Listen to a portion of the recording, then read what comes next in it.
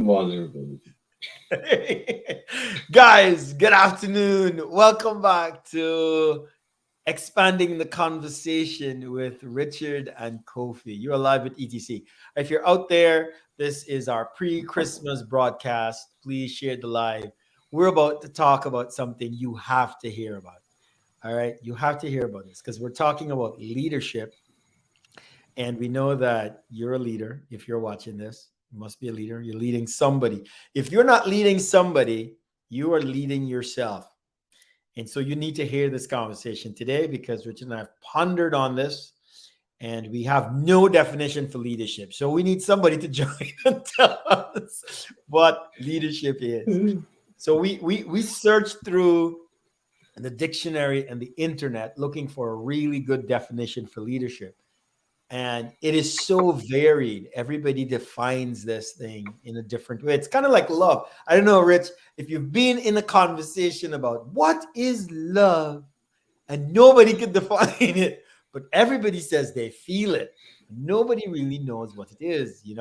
And it reminds me, like in physics, you talk about gravity. Everybody can tell you what it does, but what is it? What is a force? They'll tell you what a force can do. It'll move things and push it. But what is it? What is the essence of the force?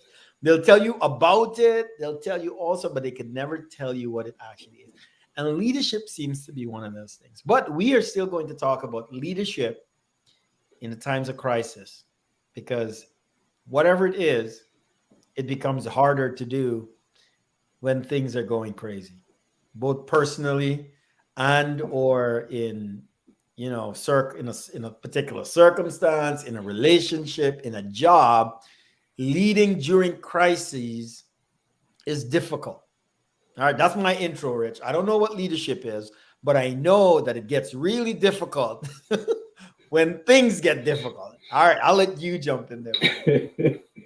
Yes, welcome, guys. No, that's it's interesting, right? Because I mean, it's funny because we live in a world where we see people in leadership positions that are supposed to be leaders. We don't have a succinct definition of what leadership is, but we know it's important. Kind of like gravity, I guess, right? Yep, Or the definitely. acknowledgement of gravity is important. Don't go jumping through your window because gravity will put you down. We know what it does. We just don't know what it Yeah. is. But no, leadership in times of crisis, I think, is a worthwhile discussion because, like a lot of things,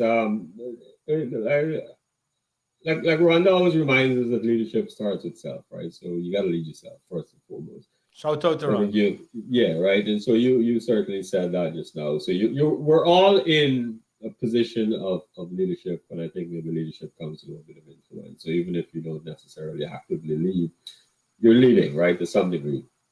But doing anything in times of crisis is much harder. I agree with you. I don't have a definition either for leadership. I do know that um, when I was younger, I always used to imagine that the boss man had life good, and so he don't do any work. Actually, my Zara was telling me that earlier. She's like, I took her to the office, and she's like, "Where's your boss?" I was like, there he's working. She's like, "The boss does work." I was like, "Yeah, he works harder than everybody else." But the assumption we make is that the leaders don't do anything; they just show up late, leave early, go hang out and waste time. But leadership is hard work. It's not something that a lot of people, I think, put their hands up for. You may put your hands up for the position where you have no responsibility, come in late and leave early. But the real burdens of leadership is not something that a lot of people want to willfully take Take on. on. Even your Yeah. own personal leadership, like I don't want to work out, right? I don't want to eat salads, right? I just want to eat ice cream or French fries and chicken nuggets, right? It's hard. Even personal leadership is hard, right? I don't want to pursue goals. That stuff's hard too, right? Um, so so first and foremost, I think a lot of people don't want to take on leadership, but I think in times of crisis, it's even harder, right? And so as a leader, if you're in a position of leadership, it's certainly harder in times of crisis. And so I'm sure that you've had your fair share of having to lead in times of crisis. I think I take my hat off to you for for starting the work you've done with On Call. That certainly isn't an easy venture, right? Trying to start a new company in an environment where you kind of you're going against the big guys and all that stuff. And I'm sure there's been some difficult moments along the way, right? And I've had a few cases myself, so um, but I'm sure you've got much better advice. So I'm gonna be quiet and listen to you, sir. Well, so I like how you set that up because um, leadership, I also believe, starts with us. Um, it's there is a there are different societies that see it this way too. As a matter of fact, there's a Bible verse that a lot of people might be familiar with that said if a man, for example, can't lead in his home, right, then he isn't fit to lead elsewhere, right? And the idea there is like charity begins at home, right? So it starts in a smaller context, in a familiar place, and then it expands out into greater and bigger circumstances and settings and so forth. And so I completely agree that, like so many things, leadership starts in a small way.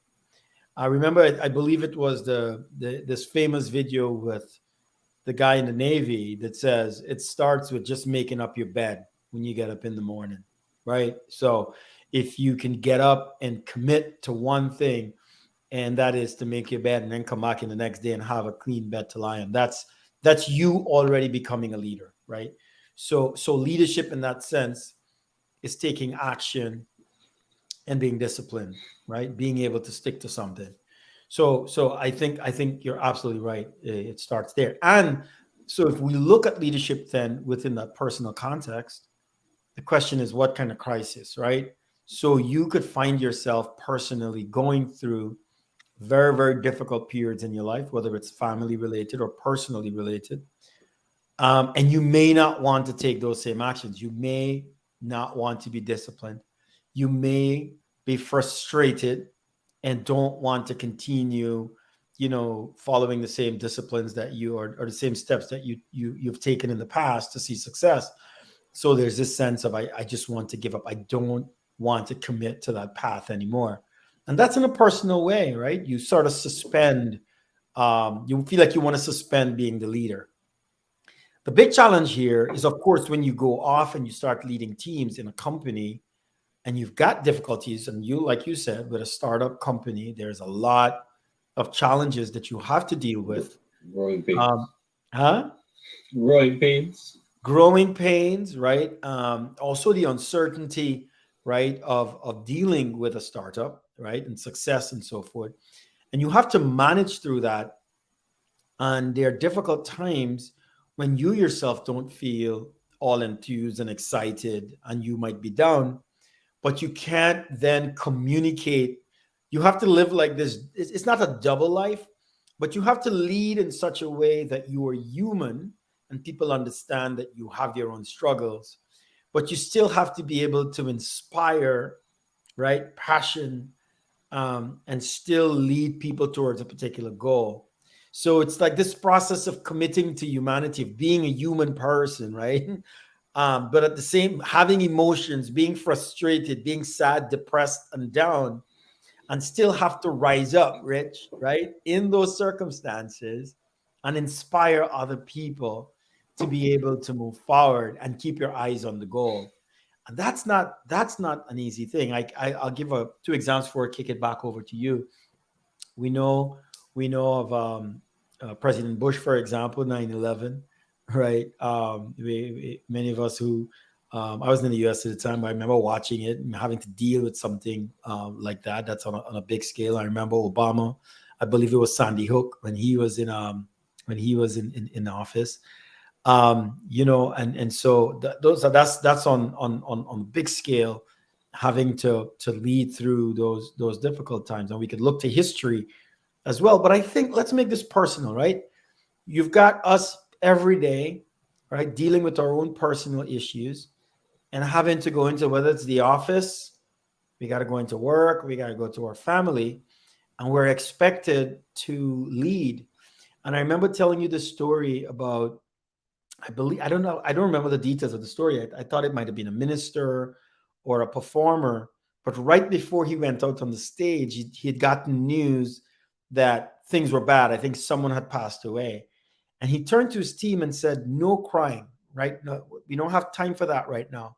So he suspends grief, goes on stage, does what needs to be done, and then he goes back off stage, right, and hugs, right, his team, and they break down in crying. And sometimes that's what leadership is about. Sometimes you have to suspend even grief, right, and pain in order to move the team forward. So it isn't a case where you don't grieve. It isn't a case where you don't have issues. It's sometimes about learning how to manage through those very, very difficult times, right? Because it's very easy to sort of complain, right? And to say things are rough. It's not my fault. Here's a crisis. All these things have happened to me. And that's very easy to do. But I think the true test or a true test here of leadership is to be able to stand up during those real difficult times and still look deep within and find the motivation and the strength to be able to move your team forward and move yourself forward. No one is saying don't grieve. No one is saying don't deal with difficult situations. As a matter of fact, I'm saying deal with it. I'm saying manage it. I'm saying have a process and a way to deal with difficult situations, hardship, and struggle. Um, I'm just saying let it not become the excuse for why we should throw our hands up and give up, right, as we're leading. Yes. No, that and I'm just thinking as you're speaking there, right? In a lot of ways, leadership is something we commit to, right? Um, Something that um, we're picking ourselves for, right? We're committing to an ideal that while we're a significant part of it, there's something above that, right? That we're leading for, something beyond ourselves, an extension to ourselves. And so, um, in that case, what that means, I think a lot of times is that when you're faced with crisis, when it's personal crisis, right? So when you wake up and you just don't feel like doing something today, or you just have crisis in terms of your environment and the group that you're leading, or whatever it is that you're leading, even in your personal life, you've got to be able to, sort of take a step back and remind yourself that this is the commitment you made, right? This is what you signed up for. Kind of, I guess, like if you're in the military, right? You don't Mhm. you don't be like, I feel like I'm gonna die today. I'm just gonna turn around. Um, but this is sort of what you signed up for. And I think leadership in a lot of ways is exactly like that, right? And so I think it's important that when you when you acknowledge that you're in a position of leadership and then you're required to be a leader, it is, I think, as one of the quotes I was looking at earlier said, like leadership is an action. It's not a title or a position. It's something that you do. You could you could be you can be the person that's not necessarily at the top, but be a leader in the sense that when you recognize that there's a time to get up and do something, then you get it done.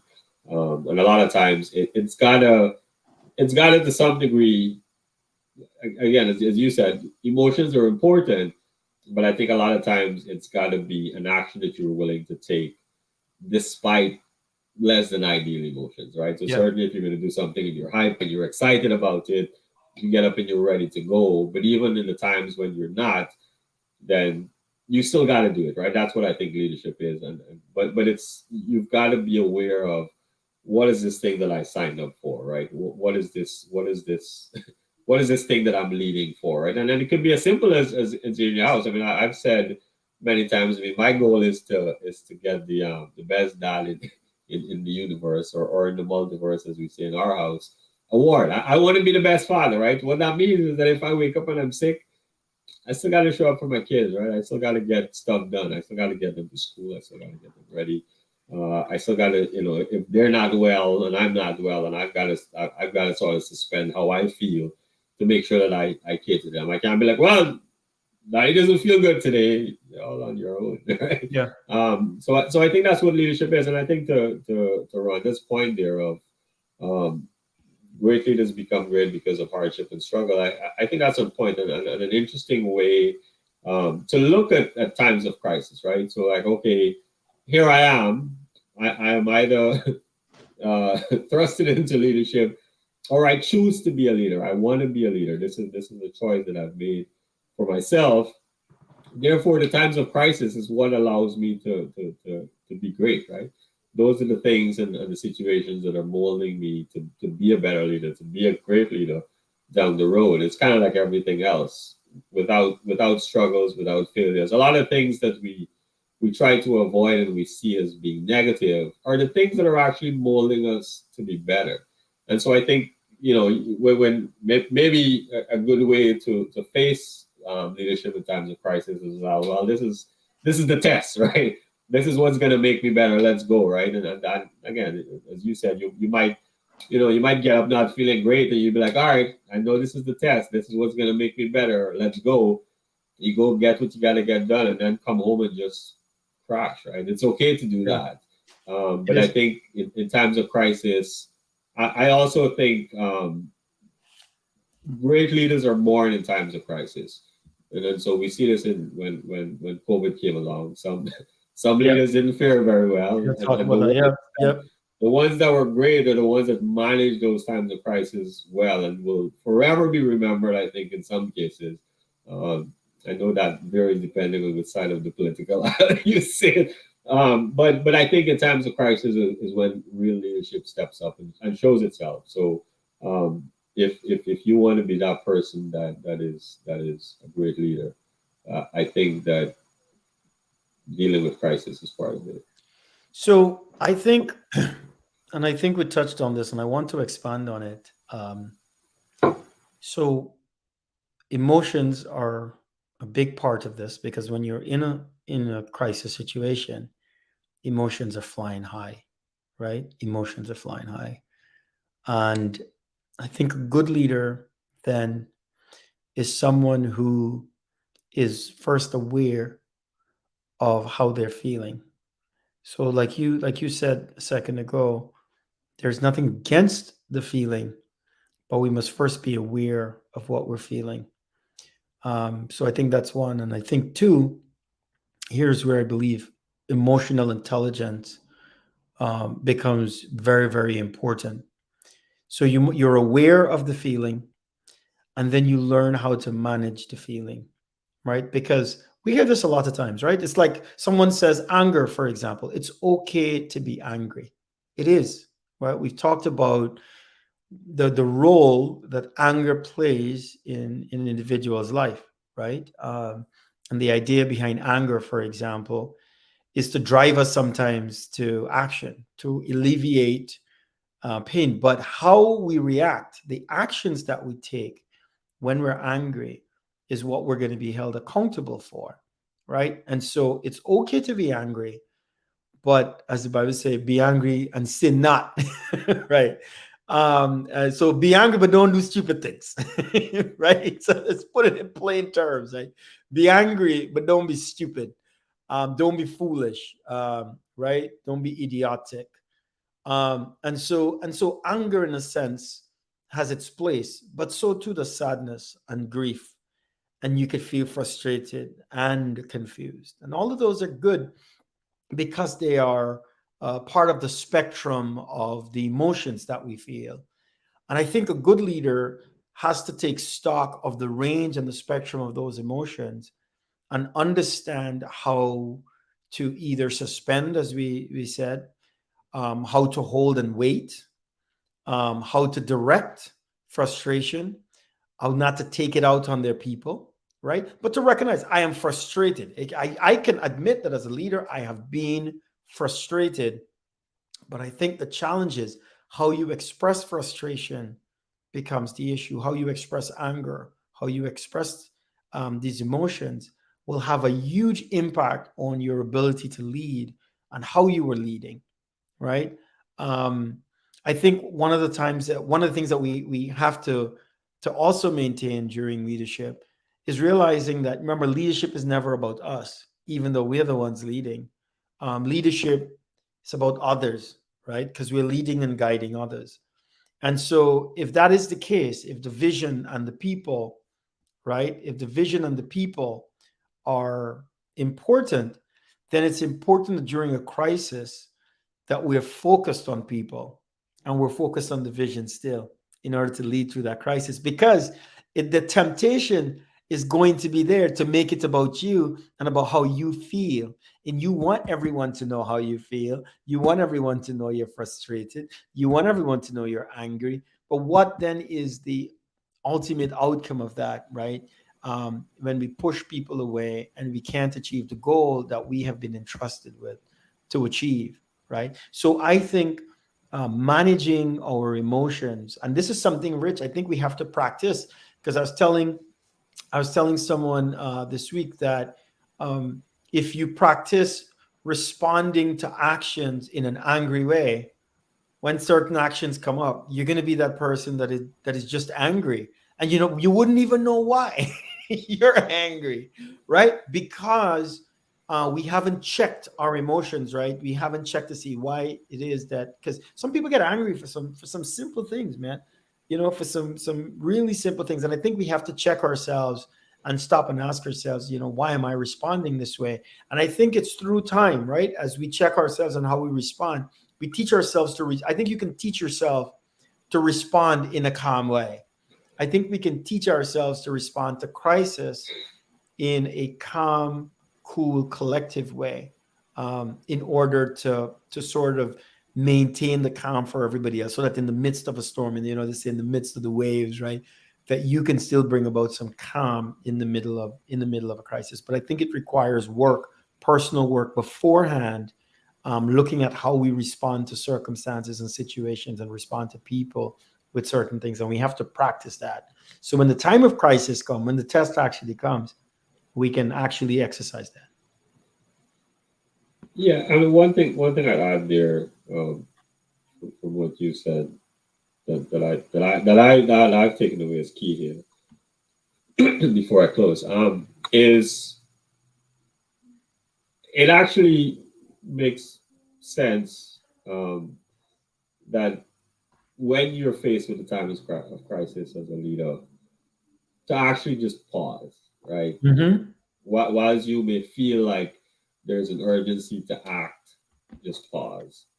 And a couple of things that is helpful. I think you mentioned one there, which is remind yourself of the vision, right? And a lot of times, even for our own lives, right? We don't.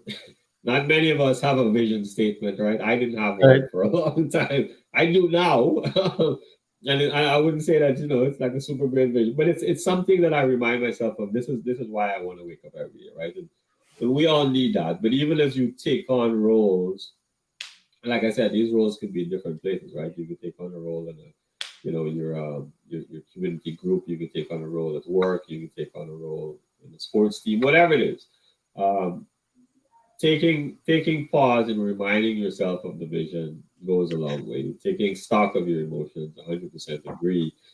But one of the other things too, because if we like, I believe that if we're able to in times of crisis, look back and reflect and say, well, it's not the first time that I'm dealing with this, right? Here are some situations in the past where I've been in situations of crisis, and it's worked out, right? So that way you can at least get some sense of reassurance and hopefully be a little bit more calm that whilst it's a time of crisis, you're not entirely unprepared or ill prepared. You've Yep. got some experience from the past, and these things go back way, way, way back, right? I mean, we can go back to primary school or high school and remember a moment where we had a difficult situation, but we worked through it. And like I remember in primary school, somehow or the other, they ended up putting me as to be the captain of the cricket team, but I had no idea how to set a field. But there was another guy that was just super at cricket. He knew all the positions and everything else, and so I had to clearly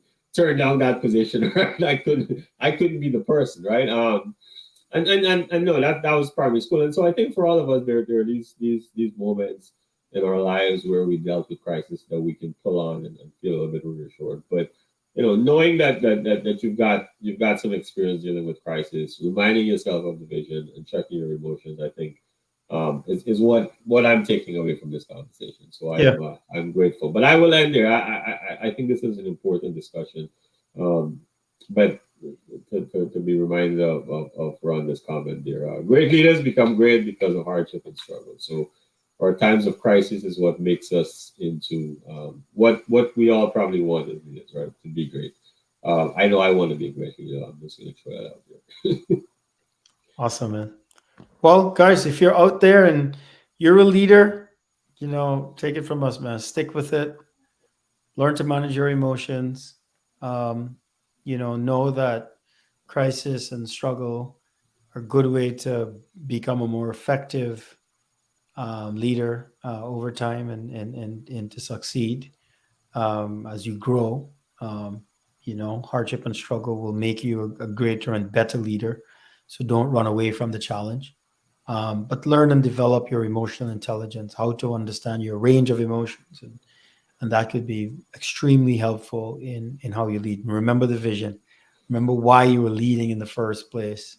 Don't lose sight of why you've accepted that calling to be a leader, why you have taken on the responsibility to guide and lead a team or yourself or whatever circumstance you find yourself in. So we hope you learned something. Thanks for expanding the conversation with us. Yeah. Right. Merry Christmas, everybody. Merry or Christmas. Whatever you celebrated this time of Indeed. year.